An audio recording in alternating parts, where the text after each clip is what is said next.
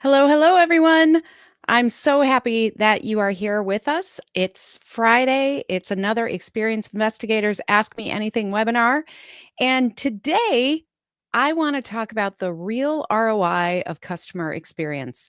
And if you're here, it means you want to talk about that too.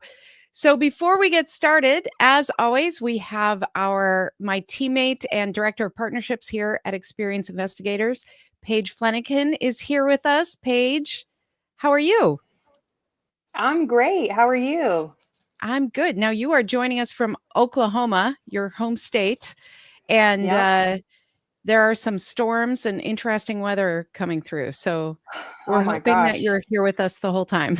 Yeah. If I lag out, trust me, I love you guys. It's just these storms. So Yeah. hopefully nobody's experiencing what I am, but according to the weather, you guys might be. So if you're in any of our crazy neck of the woods and half the time it's hot, half the time it's snowing, half the time it's tornadoes, drop it in the chat. Let us know where you guys are and what's going on.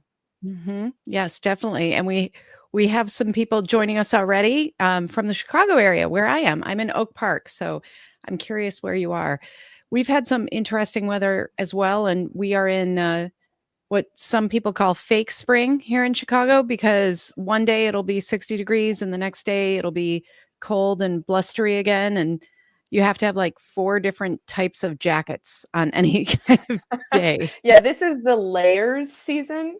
Yes, for sure. For sure. So, well, as always, we have a lot to get through, and we covered some of Yeah. this in our webinar this week, which I know some of you may have attended. So, thanks for being there with that. And if you would like to know about our webinars, don't forget you can sign up at experienceinvestigators.com for our newsletter, and that's the best way to really find out about what we have going on. So, I'm going to Yeah. jump in, but as people have questions, you'll be watching that, and then you'll come back and help us go through those, right? Yeah, absolutely. And I will drop the links to the webinar and to our newsletter so you guys can sign up and get those weekly alerts. And I will see you guys at the end. All right. Thanks, Paige. All right, everybody. So, we are talking about a topic that is near and dear to my heart. And I bet that it's something you get asked about a lot because if you are leading any sort of initiative with customer experience, if you are leading a team, if you are part of the contact center world or customer insights, all of those things, they are about driving business results. But too often, we are asked to simply report on customer feedback and act like that's the outcome that we want. So, I want to first of all introduce myself to those of you who I may not know. I'm Jeannie Walters, and for more than 20 years, I've had one mission to create fewer ruined days for customers. You can find more about me at experienceinvestigators.com, where you can also find out about how we offer workshops and keynote speaking and all sorts of things. And then we have some LinkedIn learning courses if you have that availability. And then we have tons of resources for you. Check out our learning center at experienceinvestigators.com. That's also where you can find our podcast, articles, all sorts of things. So let's jump in. So, a couple days ago, we had our quarterly webinar. We do one big webinar a quarter just for anybody who wants to learn. And so this quarter, we talked about what the C suite needs to know. If you didn't get a chance to check that out, I encourage you to sign up for the on demand. You can do that with the QR code there or with the bit.ly link CX need to know. Now, we'll be covering some of the same information because guess what the C suite cares about? They care about business results and return on investment. But if this is a topic near and dear to you, please go ahead and check out that replay as well. So, in customer experience, it is notoriously challenging. And I love that description because I bet many of you can relate to it. It is notoriously challenging to connect our individual efforts to clear benefits and ROI because CX can span so many areas. So I like to think about this in a way that the math is simply harder. When we are talking about return on investment and you are talking to your team about sales, for instance, it's very easy to draw that line, right? And say, hey, more sales equals more revenue. Everybody likes that. That's a good business result. But when we're talking about customer experience, we have to be very strategic. We have to be creative. We have to make sure that we know how to connect the dots because it's not always as obvious about how the work we're doing, the efforts we're putting in, the investments we're making in the customer experience, how we're getting a return on those investments. But when we do this well, good things happen. Companies that prioritize CX see 1.7 times higher customer retention rates.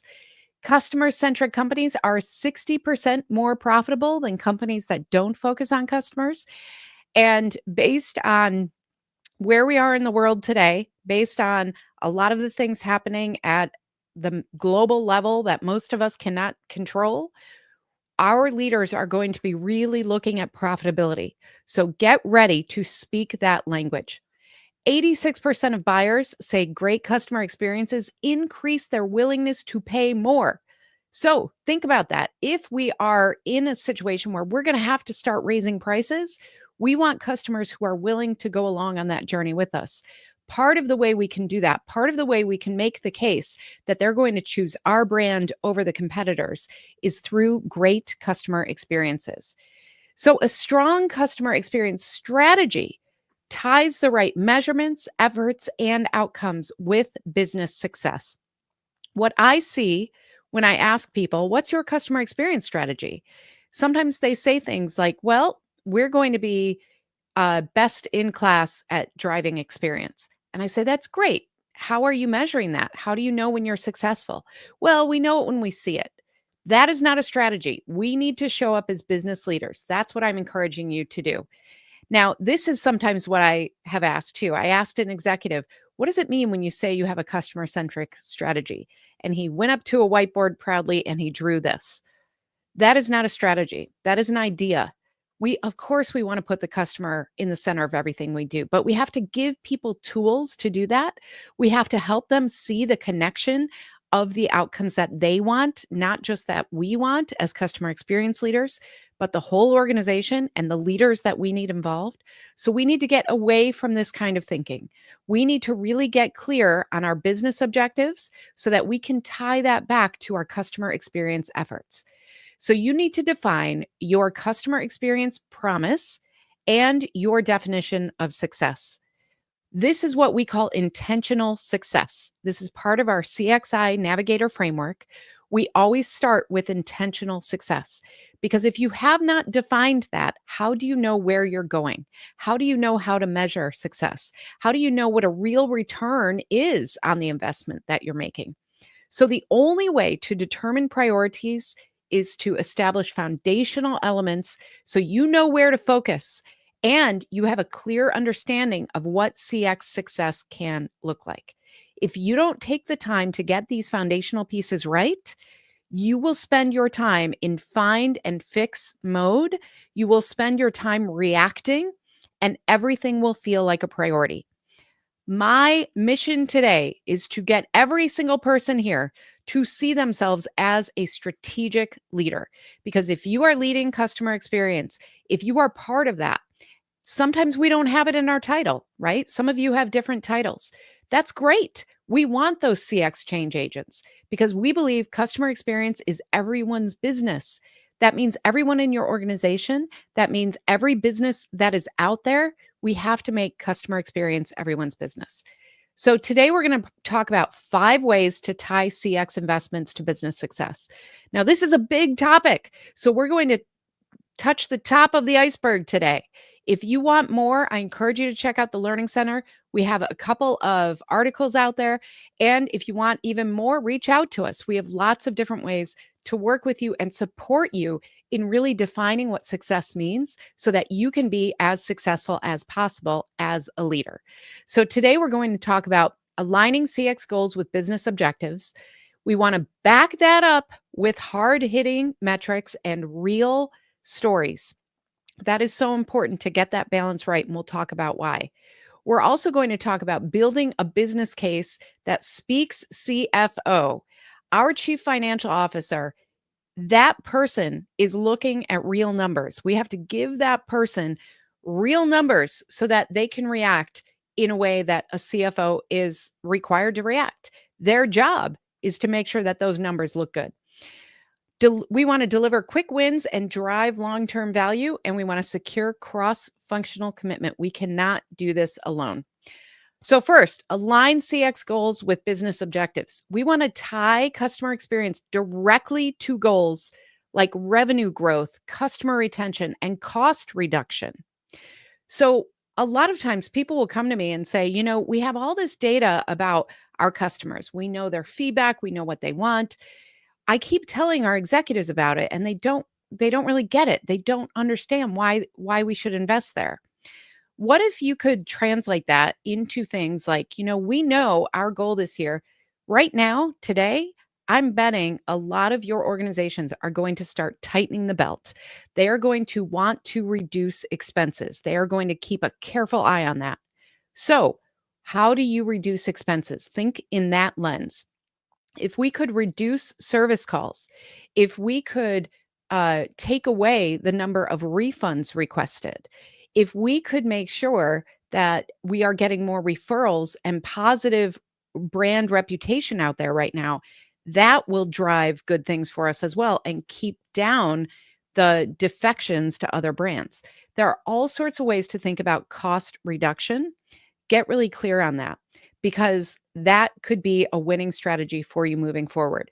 So think about, if we're investing in making sure that we are fixing this for our customers, how is that going to save expenses for the company?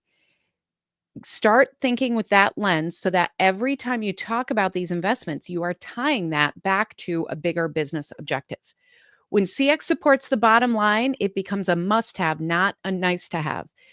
Everybody today, we are entering an era where it's going to be easy for people to say, customer experience, we don't need that. We need to focus on sales. I want you to stand up for customer experience, not just because it's the right thing to do for your customers, but because it's the right thing for your organization. It is a way to protect every other employee of your organization. It is a way to show that this drives profitability. So think about every step you take right now. How does that reduce expenses? How does that bring in revenue? How does that protect us in the market that we're in today? Then we want to back that up with hard-hitting metrics and real stories. If we are only showing graphs and charts and spreadsheets with numbers, people will nod along for a while and they'll say, great, that sounds great, good report. But then after a while, those numbers get harder to change.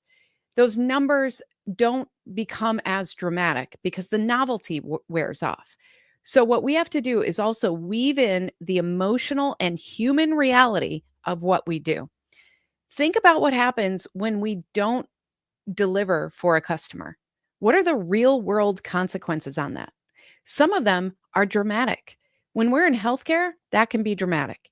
When we are delivering in a B2B environment and we don't deliver to a business that needs something that we supply for them so that they can continue on with their business, that is a dramatic outcome. Get real about what are the consequences when we don't deliver to our customers in the way that they expect and the way that they want. Real consequences happen for them, and real consequences then ripple back to us. So we, of course, want to showcase the numbers that our leaders care about. Some of you might be really focused on Net Promoter Score. Some of you might be looking at churn or customer lifetime value. All of those are important, but we have to also tie that back with real stories. So data shows impact, stories make it stick.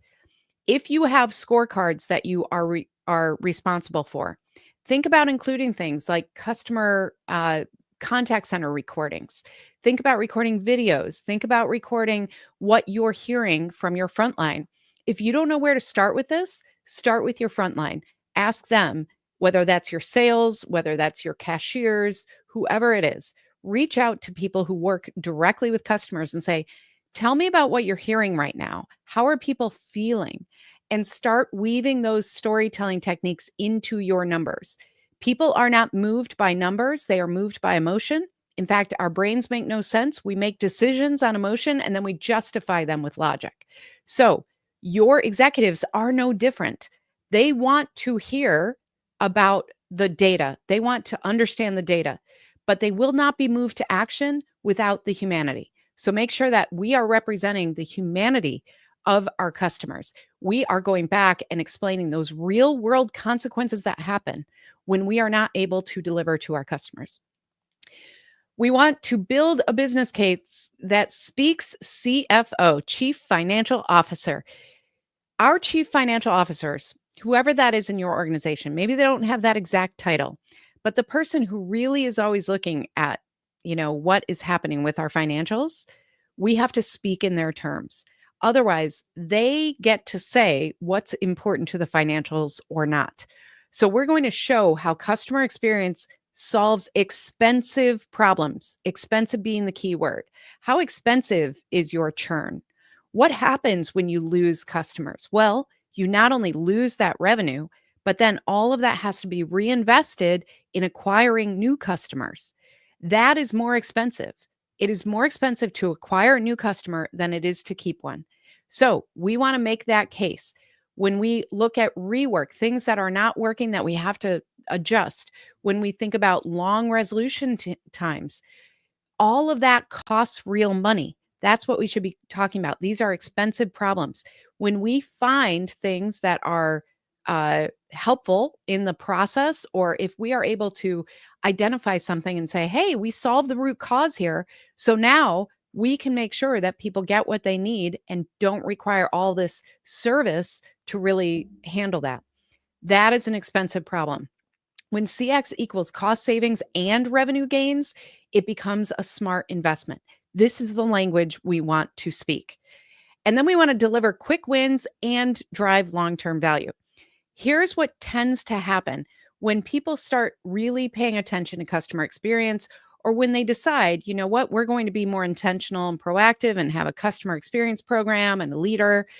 In the beginning, there are lots of quick wins, because if you don't pay attention to anything and then all of a sudden you start looking around, you're going to find things to fix. You will start getting that feedback that directs you exactly to what customers are looking for, and you'll be able to solve that. It's very exciting and there's a lot of momentum, and you will be a superstar because you get to say, hey, look at everything that's happening. Our net promoter score is going up. We are solving these problems and the contact center isn't getting as many service calls. It's great. But after a few months of finding all those quick wins, it can start stagnating a little bit, because think about something like when you move into a new house. You might move into a new house and right away find several things that you want to fix, right? You start looking around and thinking, oh, we've got to update this bathroom. We've got to put in new countertops. And once you do those things, it feels so good because you've solved it. It's there. And then after a few months, things get a little banged up.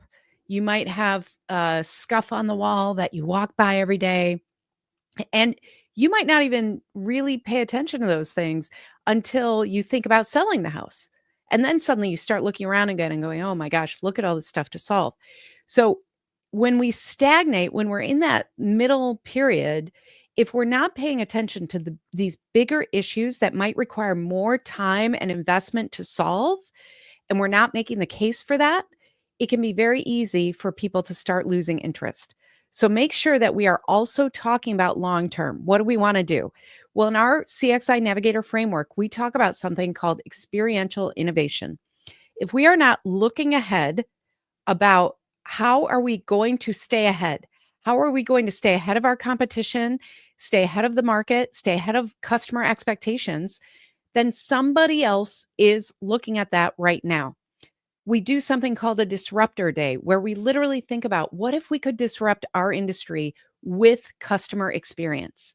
That's when you start seeing longer term, deeper gains. But it takes more risk. It takes more investment. It takes more innovation. So we have to talk about those quick wins, get that momentum, and then also talk about, you know what? Everybody in our industry does something that customers hate. Or we know that the way we invoice people, it's not very modern. They can only pay by check. This recently happened. I was like, what year am I in? So when you see things like that, and it's just something that people shrug and go, yeah, we don't have to fix that. We don't even hear about that in our customer feedback. But if you see the future for them and start forecasting and saying, customers will not put up with this, we have to start looking at this. That's an investment that will also pay off. make that business case for both quick wins and long-term value. So, how do we do this? We have to become very well versed on warning signs. Not everything is a 5 alarm fire that we should pay attention to. If we are only reacting, if we are not leading as strategic business leaders, talking about return on investment, talking about profitability, then what happens is we are reacting to all these small fixes all the time. What we need to do is make sure we have a radar to understand, oh, there's a red flag here. It's not quite getting attention yet, but we still need to pay attention to it. So things like high customer turnover, especially early in the customer journey, that is very easy to dismiss in some ways. People think, well, they got what they needed, they had one transaction, they moved on. That is a sign that there is more to do there to nurture that customer relationship, or they are telling us by leaving how they feel. They might not be telling us that in their feedback, but they are telling us by leaving. So, what do we need to do to understand them? Think about, how do we get into that root cause analysis to really figure out what's going on? We have low customer lifetime value or declining customer lifetime value. It's really hard to know if this is a signal if you're not tracking customer lifetime value. So that's one metric that I would encourage you to look at. A large or increasing volume of support requests. This is where we want to become very close with our customer support contact center leaders.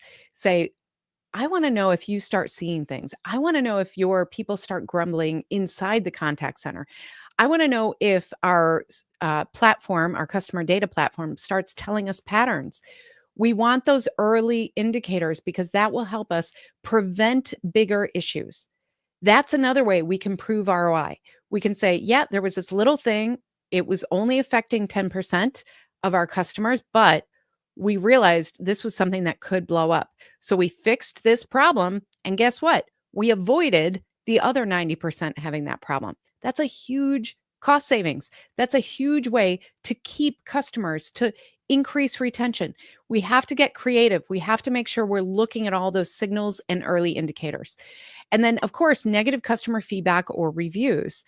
Now, sometimes it's obvious, right? We see a big spike in something. Sometimes it's not as obvious. So we have to look at things like sentiment analysis, emotional responses. What are the ways that their customers are starting to tell us things without it becoming 1-star reviews everywhere? We have to make sure that we're constantly looking at both the short term, the small indicators, and the larger things as well. And then we want to secure cross-functional commitment. This is really one of the things that I think is sometimes not known when people start customer experience programs. They think, oh, we're going to do great. We've got this great CX team. That's fantastic. We need a great team. We also need to constantly build coalitions throughout the organization because we can't do this on our own. We can make recommendations. We can highlight certain things, but we are not the ones who are programming the website to improve it. We are not the ones who manage supply chain. So we have to build those relationships so that people understand that when we are working with them, we're all working on behalf of the same goals, and getting people to understand, why is it important to look at this feedback? Why is it important to stay ahead? What do these numbers mean to me? Some of this comes down to accountability. So some organizations start tying certain things into how they hold people accountable.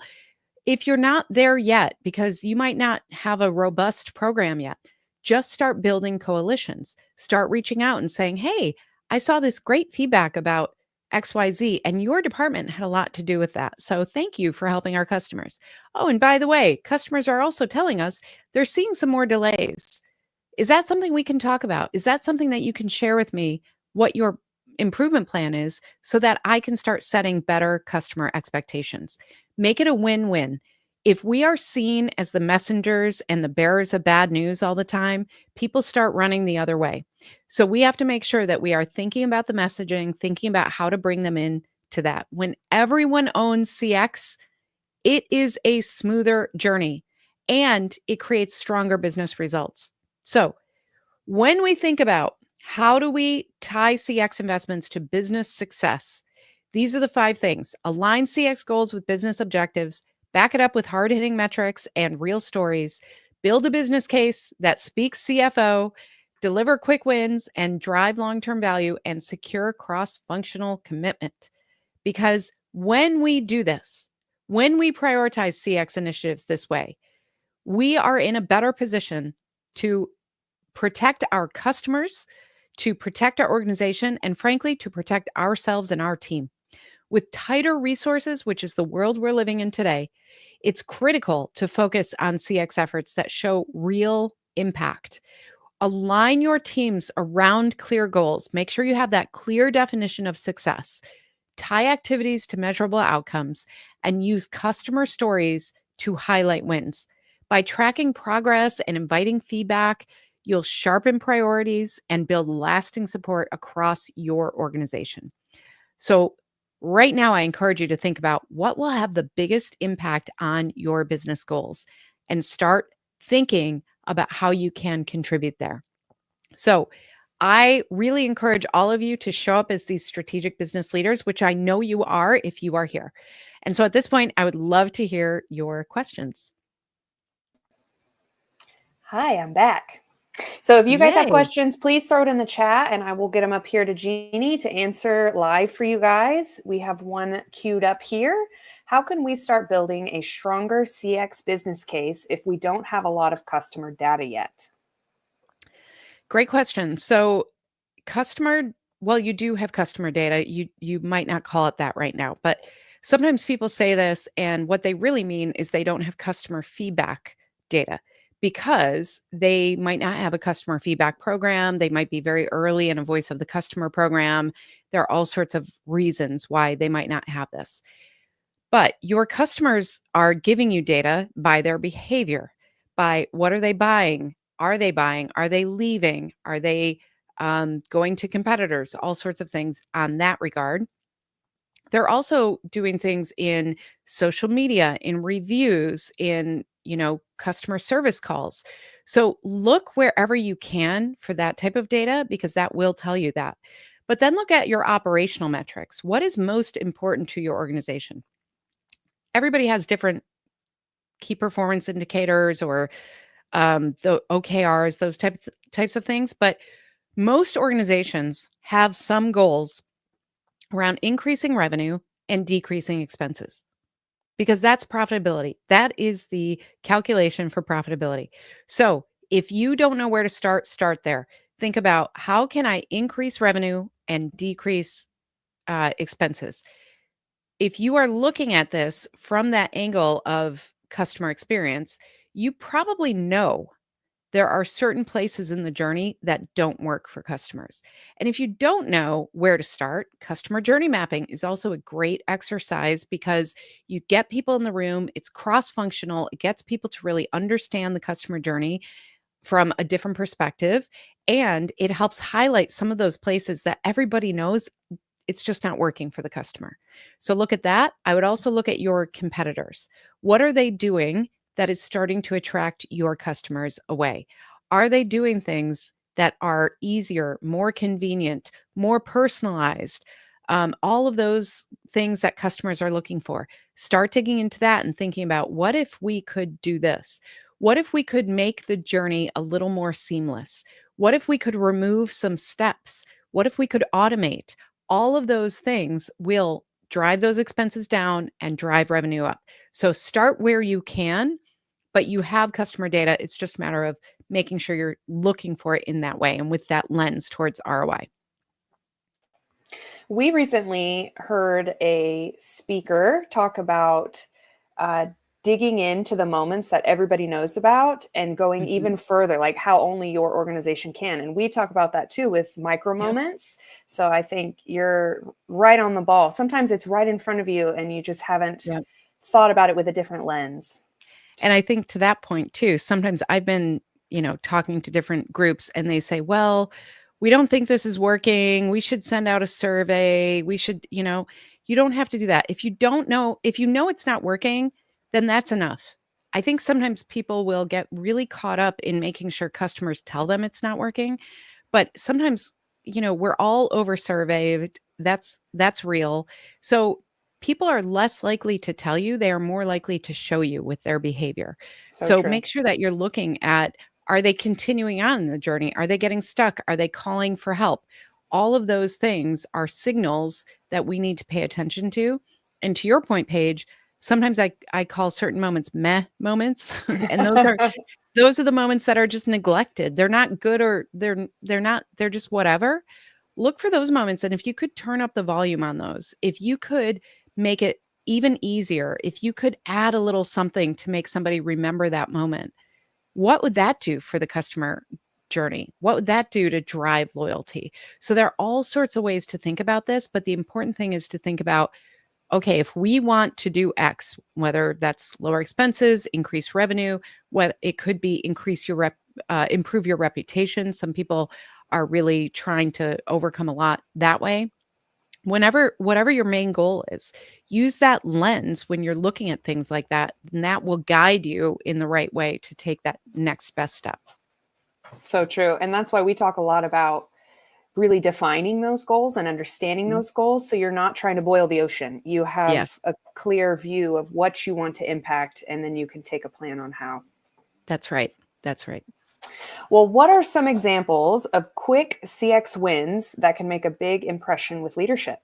hmm Yeah, I mean, there are so many, but I would say one of the big ones is thinking about, where are people getting stuck before converting? And converting can mean a bunch of things, but if is a place, for instance, where you see, let's just take digital. What if there's a pattern where customers are putting things in the cart and then not hitting buy? What's going on there? There's usually something. This is where you have to look at, like, is there shipping cost surprise? Are they surprised by something else when they do this? Are they not, is it not functional? Something like that, that really is about somebody's getting stuck, and there's a group of people getting stuck before they move to the next step of the journey. That can be a really huge thing. Another quick win could be around things like renewal. If you're in a business with a subscription, or maybe B2B, where you have a renewal process every year. If that number is starting to slip, if you can help people with understanding the renewal, being more proactive about it, getting them more signed up, those types of things have dramatic impact because they are so clearly connected to the revenue that your organization is making. So that's where I always want to start. But there are these other things too, that if you're not quite sure, um, look for those find and fixes. There are things that customers tell you, and they're basically telling you about something earlier in the journey. And that's when they say things like, well, I didn't expect this, or you promised this, or I was disappointed. Disappointed is a great one to look for, because essentially what that means is that you set expectations here, and I'm feeling it here. So that allows you to go back in the journey and say, when did we set these expectations? How can we do a better job? How can we communicate better? A lot of the workarounds in customer experience work is really about communication, because sometimes we can't change the system, right? We can't change a process overnight. Maybe we're short staffed for a while. Maybe we are working through a technology change. Those things are tough. So we have to be really good about setting expectations with customers and inviting them into that process. That can be a quick win as well. So there's no perfect formula for this, but I would say look for places that directly, like, have that straight line to revenue, and look for things that are not working. Maybe you can't fix it, but what can you fix? So, can you communicate? Can you set different expectations? Can you go back and say, hey, sales team, we keep hearing this. We keep hearing that they thought this was going to happen. We can't offer that right now. How can we work together to set those expectations? Those are quick wins that can go a long way. Okay, can you share some real world examples where improved customer experience directly led to increased profit? hmm Yeah, I'll give you one that was actually during the pandemic shutdown. There was a manufacturer, and they had been cruising right along like everybody else, and then suddenly, the brakes were put on everything. One of the things they did was they realized that part of what happened was there was this gap of communication. And so rebuilding trust was really important. And one of the ways that we did that, they used to be able to invite customers in to the factories. One of the ways they did that was simply using videos in a very proactive way to get people to see this is what we're doing, this is how we're doing it, this is how we're building trust. It was dramatic how much of a difference that made, because it was a moment in time where trust was at a premium. And it was also because everybody took a pause. What that meant was that everybody started comparison shopping in something that wasn't expected.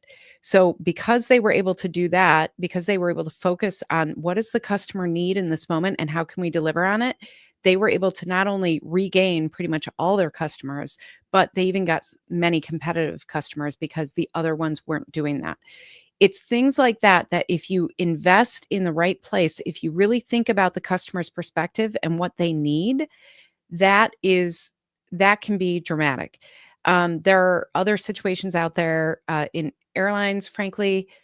These go up and down based on market, but Southwest did a lot around customer experience when other airlines weren't, and they were ahead.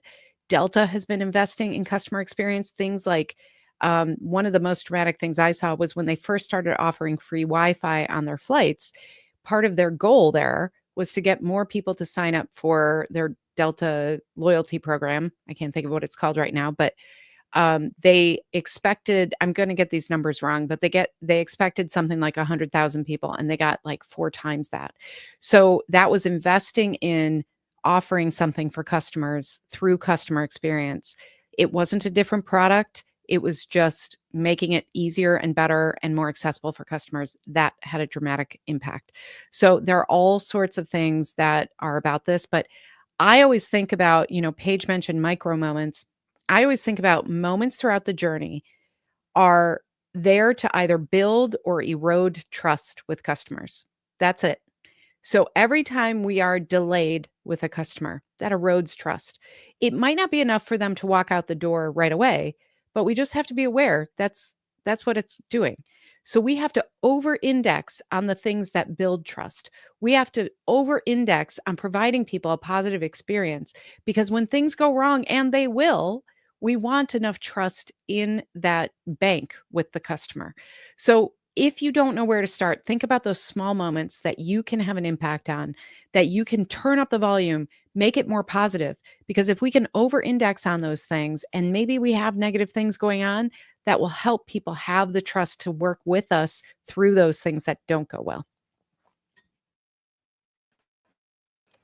Another one that popped to my mind while you were speaking just then was Mhm. Starbucks. Starbucks Mhm. they were having some dropped revenue because their Yeah. customer experience was really lagging. Like, people were waiting really long Mhm. wait times in and even with pickup orders. And they made some internal changes. They started sending C-suites out to, like, boots on the Mhm. ground kind of thing. And they've really turned around their response times for their They customers. have. And it has had like a public uptick in their revenue. And part of what was I just love interesting about that. Starbucks stuff. Oh, part of what Oh, was sorry if interesting. I'm lagging. That's okay. Part of what was interesting about that is customers were basically saying the improvements you made are not the improvements we wanted. And so they kind of went back to their roots. They started saying, you know what, we're going to start writing names on cups again. We're going to start having the cafes be a place where people want to hang out again. They had kind of over indexed on the mobile orders and all of that, and now they're saying, like, let's come back. And customers are starting to really embrace that. And I think that's another interesting point of customer experience. We have to pay attention when we make these improvements. Make sure that we're also looking at the indicators of is this what customers really wanted? Because humans are wacky. We say one thing and we behave totally differently. Sometimes the other thing that happens is we try something and our processes just and our infrastructure isn't set up in the right way. And so if we're making mistakes for the customer, we have to be strong enough to say, Okay, we tried that. That didn't work. We're going to go back to this and then work out how to do this better. So it's a constant evolution. And this is something that I think this is why I get frustrated when I hear about these companies who are like, we're done. We're good. Everybody understands customer experience. Let's take it off the list, take it off the budget.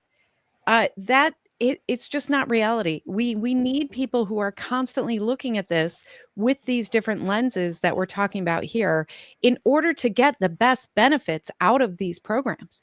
Yes, we want to work in a place where everybody understands the importance of customer experience and their role within it.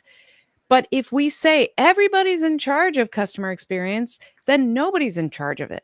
So it has to be treated like any other part of the business. And if we don't do that, we are missing opportunities. We are leaving money on the table. I like to think about investing in customer experience as finding hidden profits. That's what we're doing. We are finding hidden profits. But it's really hard to do that if we're just telling people things like, well, just put the customer in the center of everything you do. Okay, you know? So we have to show up differently. So true. Hassam, I am going to paraphrase a little bit here. Apologies if I get this incorrect. If I am presenting a win-back customer plan to the CFO, how can I predict the customer will return to the company if changes are made and showcase how it will affect revenue? Well, I will say you can't guarantee that, right? Part of this is understanding how to make a smart investment, just like anything else. If we came, if we came to our CEO and said, we want to use all new technology throughout the organization, we couldn't do that overnight. We wouldn't want to do that overnight. We would want a pilot program. I would suggest a pilot program. Say, I want to test this with this segment of customers and see if this will do this. So instead of boiling the ocean and over investing, start small. Start with something where you can say, oh, look, this is working. Or, you know what, this didn't work as well. We're going to make some tweaks and pilot again and see if it does work. You can also use A/B testing in something like a win-back campaign. That's a great way to do it as well. So really think about what is the business case that you're making? How can you prove the value of that? What is the proof of concept? And then what would that mean at scale? So then you can extrapolate out from that. Well, if that worked for this segment, imagine what it would do if we went to scale. Our leaders, our C-suites, just like me as a business owner, I have to think about, okay, is this expense worth it? What's the business case and how can we start small? That's why all the software organizations that we turn to, they have trial periods because we have to build that trust. So that's what I would recommend is start with a pilot or an A/B test and then extrapolate from there.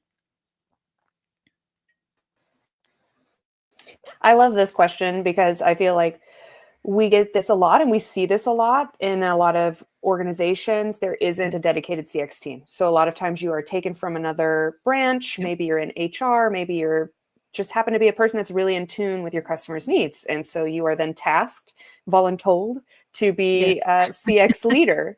So the question is, where is the best place to start, or what would you suggest as a first step to transitioning into CX management? Mm. So I would say get very comfortable with what the goals are, and that means defining them.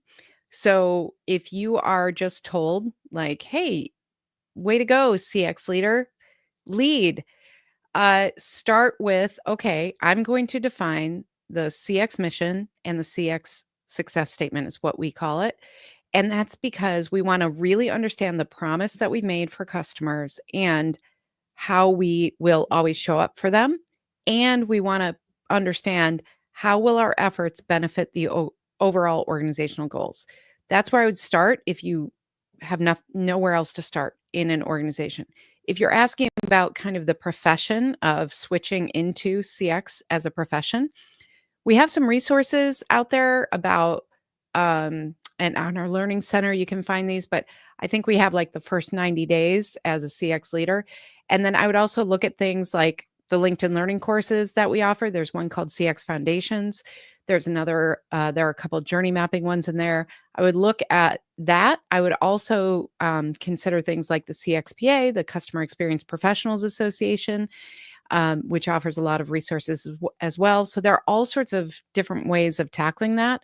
But I would really get clear on what is your goal and what is the organizational goal, and define that, document that, socialize that, get that leadership buy-in for that, because otherwise everything will be a priority. What those By defining these things, we have then the guardrails, the power to say, okay, I hear you. I hear you throwing this priority at me, but I want to show you what our priorities are that we agreed to based on our goals, because you can make a case for that. But be very careful, because what tends to happen, people get all excited. There's a CX leader and every single thing comes to you. And if you don't have a team, if you don't have that cross functional buy in yet, there's not much you can do. And so then people start saying, well, why do we have this person? So get very clear on the definition of success and start building those coalitions. If you know that something isn't quite right with customers and you know who's responsible for that part of the journey, it's time to buddy up and get to know your financial team too, and ask them to help you with, what is the value of a customer here? What is the value of a renewal? How much does it take to retain a customer or acquire a customer? Get those numbers to give you that baseline so that you can really make that business case as well. And I'm blanking on what we called it in the Learning Center. Yeah, me too. When you said it, I thought, oh, I know exactly what she's talking about, but I'll try and find it while you're answering this next question. Sure. How can we involve other departments in CX without it feeling like extra work for them? Really good question. Yeah, this is what I meant when I say don't be the messenger and the bearer of bad news, right? So if we are only going to people with customer feedback that basically is telling them that they're not doing great and we want them to fix something, it does feel like extra work. Well, this is why it's so important to say, okay, if we work together on this, if we can solve this issue, then our organizational goals will we'll be able to deliver on those. We'll be able to show our CEO what great work you're doing and how this team impacts the customer journey. We need people to understand it is a win-win. If they are tasked with things completely outside of the customer journey and we go in and say, hey, you need to fix this, that's when they start getting defensive. That's when there's resistance.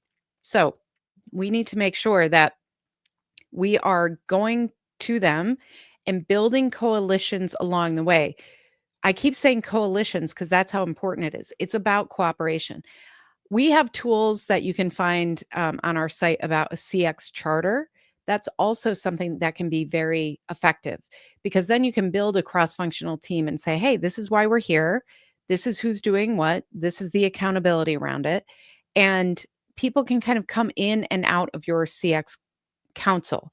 Some organizations have CX governance councils. That's great if you can do that, because then everybody's on board with, okay, what are the priorities? How do we actually get through this? If you're not there yet, I would still encourage you, build those coalitions and treat it like a win-win.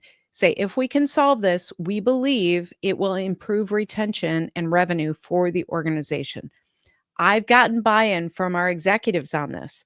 Get support as you need it, because we can't always just go in and, kind of bang on the drum and say, we're getting all these complaints, you need to fix them. Nobody's going to respond well to that. So make sure that you are thinking through how to actually present this information as a win-win. That's a tough one, though. Yeah. Okay, last question. Most of the government agencies provide a set of services not to gain profit, but more on to improve the well-being and quality of life. What are your thoughts on that? And how do these agencies start adapting CX practices and transforming their day-to-day activities? Oh, this is a good, juicy question too. So yeah, there are all sorts of organizations, utilities, like public utilities, government agencies, nonprofits, in some cases, healthcare, education, where it's a different model. It's not always about revenue and expenses. However, most of them are still interested in being efficient and removing obstacles. So, when I talked about conversion before, there might be different definitions of conversion in those places, but there's still a definition. We work with government, we work with some cities and agencies and utilities as well. We've worked with all of those organizations. And you think about something like if you're a public utility, the only interaction could be paying the bill, right? That's all we do. That's how we interact with this organization. We actually don't want to interact with them because if we do, it means our electricity is out. It means certain things are happening that aren't good. So, what can we do? Well, can we make paying that bill easier? Can we make it more efficient for the customer and the organization? Can we actually set some goals around being proactive so bad things don't happen? Or when they do, they feel cared for. So this is why having starting with a customer experience mission statement is so important because then you can define what is it we really want to do for our customers? How do we really want to move forward with them and live up to the promise? Because that's what these agencies and nonprofits and everybody else are there for. So that is a big thing. In the United States, there was an executive order signed in 2021 about customer experience for government, for federal government agencies. Unfortunately, we're seeing a lot of changes, of course, with this, but they all came up with different goals around what does that mean. So, for example, the IRS, the Internal Revenue Service, how we pay our taxes here in the United States, they had certain goals about making it easier to pay taxes, making it more understandable so that people understood what their responsibilities were, and other goals around that. You can have goals around reaction time. So, if somebody calls in for something, is it 24 hours? Is it 48 hours? How can we make sure that we are being consistent in the experience that we deliver? There are all sorts of ways to define this and put some stakes in the ground about both promises to the customer and also efficiency within our own organizations. So right now, I would really encourage all those agencies to really think about what is the promise that we made. If we can't live up to it in the same way as the past, how can we set better expectations with the customers? How can we invite them into the process a little bit more? And by customers, I mean people we serve. So there are all sorts of ways to define these things. And that's what it's all about. The more we can define what success looks like, the more we can make smarter, better, more efficient decisions about where to invest to get the return on that investment. Really good question. Well, we are running short on time. We do have a few other questions in the chat, but I will reach out to you guys on LinkedIn and do my best to answer it for you. And because I'm lagging, I'm going to go off and let Jeannie tell you a little bit more about Compass and some other things. All right. Thanks, Paige. All right. Yes. First of all, everything we've been talking about, you can also find in a LinkedIn learning course that I've done called the CX Value Chain. I think there are 9 LinkedIn learning courses out there with me now. So if you search for me on LinkedIn Learning, you should see all of those. But this is the one, if this is an interesting subject to you, I would check that out because that walks through this subject a little bit more. And then I mentioned that webinar we had earlier this week. Go ahead and use this link if you want to see that replay. It was something that we dug into similar topics, but it really is about making sure that we are presenting to the C-suite the right information so they feel good about what we're doing and understand the true value of it, the true ROI.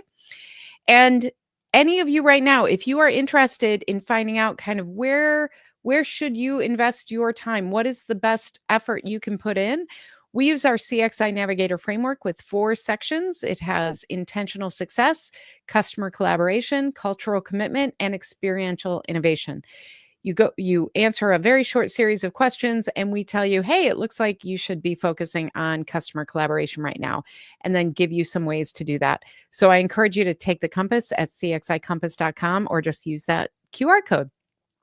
We love having you here. Thank you so much for joining us. And I don't know if we mentioned this, but our next one will be May 30th. So mark your calendars. Our next LinkedIn Live will be May 30th. You'll hear about that in our newsletter, The Weekly Win, or signing up through LinkedIn as well. So there are so many ways that we want to encourage and empower you. So LinkedIn Learning is certainly one of them. You can also tune into our podcast at Experience Action wherever you listen. Please go ahead and subscribe. We love ratings and reviews as well, but it's a somewhat different podcast because I spend most of the episodes answering questions directly from you. You can actually leave me a question at askjeannie.vip. You can record that on your phone or your desktop, wherever you are. It's super easy. And if you let me know who you are and fill out your email, we'll let you know when that episode is live. You can also leave me an anonymous question. So feel free to ask me whatever you like there. We have so much fun there. Once a month, we do an episode called CX Pulse Check, where I go through examples from the news about customer experience and things we can learn from as well. So lots of different ways to check out what we do and to explore this topic. I just want to thank you for everything you do as a customer experience leader, because you being here helps me live that mission to create fewer ruined days for customers. Thank you so much for joining us. Thank you for all you do, and we cannot wait to see you next time. Thanks, everybody.